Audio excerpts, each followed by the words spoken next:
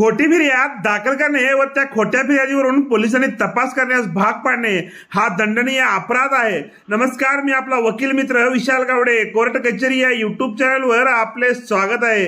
नवीन फौजदारी कायदा भारतीय न्याय संहितेच्या कलम 217 प्रमाणे एखाद्या व्यक्तीने खोटी फिर्याद दाखल केल्यास त्या गुन्ह्याच्या तपासामध्ये जर फिर्यादी खोटे आहे हे निश्चित झाल्यास फिर्याद देणाऱ्या व्यक्तीस 1 वर्षाची शिक्षा व 10,000 रुपयेपर्यंतचा दंड किंवा दोन्ही होऊ शकते। केवळ शेजाऱ्याला किंवा नातेवाईकांना त्रास देण्यासाठी खोट्या फिर्यादी देत असतात। भारतीय न्याय संहितेचे कलम 217 हे सर्वांना माहीत असणे गरजेचे आहे। गुन्हा खरंच घडला असेल तरच फिर्याद द्या हे अंगलट येऊ शकते।